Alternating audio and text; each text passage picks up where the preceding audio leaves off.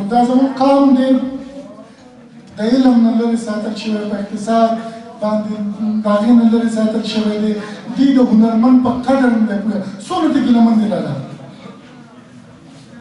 که ګیلهمند هم یم خو نه پوهېږي په دې چې الله دې وکړي چې دا څنګه پوه خلک زموږ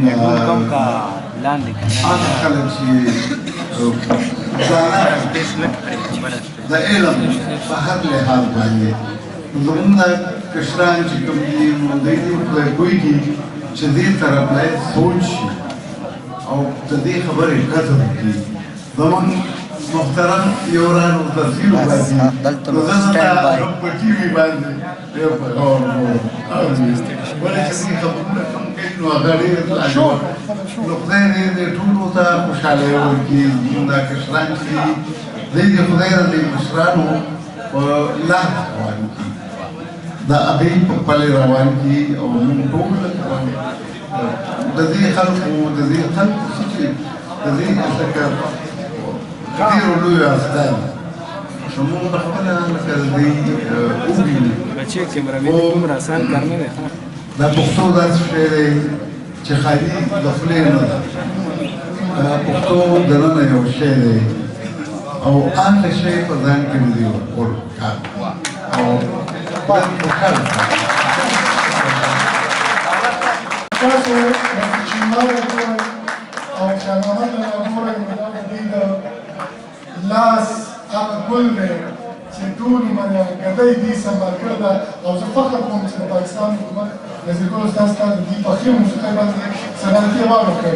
نزیر استاد زموږ فرقلی خپل دا چې تاسو خو هم پښتانه موږ ډېر د علم او هنر مطلبې خلک یو، موږ داسې یاد نه کوي نو ته مرانه کېدی راځي. ډېره مننه. اول خو د خوشحالۍ محفل دی، د خوشحالۍ پروګرام دی، زموږ د زموږ د بچي واده دی او بل زموږ خیال صاحب ډېرې ښکلې خبرې وکړې. موږ راغلي یو خوشحالۍ ده او بل موږ د حکومت نه ګیله نه کوو، هېڅ ګیله په دې نه کوو چې موږ که زړه ډېر هم خفه وي که نه نو د دوی نه زړونه خوشحاله وي او مطلب ورشي دی. بله خبره دا ده چې بس موږ فنکاران چې موږ نه د ګیلې خلک نه یو، موږ د خوشحالۍ خلک وي چې څه وي بس موږ ته منظوره ده او مطلب ورشي دی. او د خوشحالۍ محفل دی، محفل ته راغلي خیال صاحب ډېرې ښکلې خبرې کوي، ماسټر جان ډېر ښکلی محفل وکړو او اوس موږ ګورو دا نور شاګردان دا نور بچي به ګورو چې ډېر ګانې ورو دې محفل باندې ډېره ډېره مبارک ډېره مننه. دا خبرې که زه پر یو شعر کې راټولوم ما ته یادېږي چې نور دې د پتنګ تقلید کوي موږ به د شمې کوو، نور دې د پتنګ تقلید کوي موږ به د شمې کوو، نورو ته رڼا ورکوو خپله سوځېدلي. تاسو ماران تاسو رڼا ورکوئ، باور وکړئ دوی په خپله سوځېدلي دي او بس ماسټر صاحب خو هغه وکړو خو اخري به هغه به تیار کړم چې ماسټر صاحب تاسو پوهېږئ چې بله دا خلک تاسو خوښوي، تاسو سره مینه هم کوئ او یوازې داسې نه وي چې دا ټنګه دوته ته خوشحالېږي. تاسو چې کله سنجیده کلام وایي دوی خاموشه دي، مطلب تاسو هم حقیقت دا که زه خو ما سره خو داسې الفاظ نشي الحمدلله تقریبا څه 11 کاله شو زه سندرې وایم او تاسو یقین وکړئ چې په روز کار زما څومره شایقین وو مینوال مې ورسره کړل د هغې نه زیات دی الحمدلله. نو دا د خوشحالۍ خبره ده او دغه ملت دی قوم دی ولې چې ډېران صاحبان چې دی په خبرو کې لیډ کوي، موږ په سندرو کې لیډ کوو. ټیک شو جي اواز دی هغوی هم رسوي موږ یې رسوو.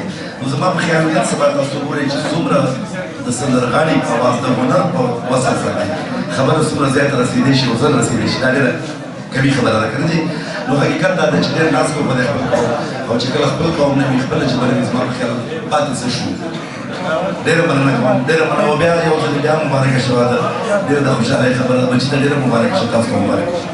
ملګرو زه دا ووایم چې دغه هر یو هنرمند دلته موږ سره موجود دی، دی په خپل ځای باندې ډېره لویه معنه لري، دا ډېره لویه سرمایه ده زموږ د قام او دلته بلا فرمایشونه به راځي چې کرم خان دې راشي بل دې راشي بل دې راشي، بل سره هنرمندان د حد نه وتلي دي ډېر زیات دي او دا لږ ټایم چې موږ واخیستو د موسیقۍ لپاره واخیستو داسې به کوو چې موږ سره دلته پروفیسر هم ناست دي، هنرمند هم راسره ناست دي.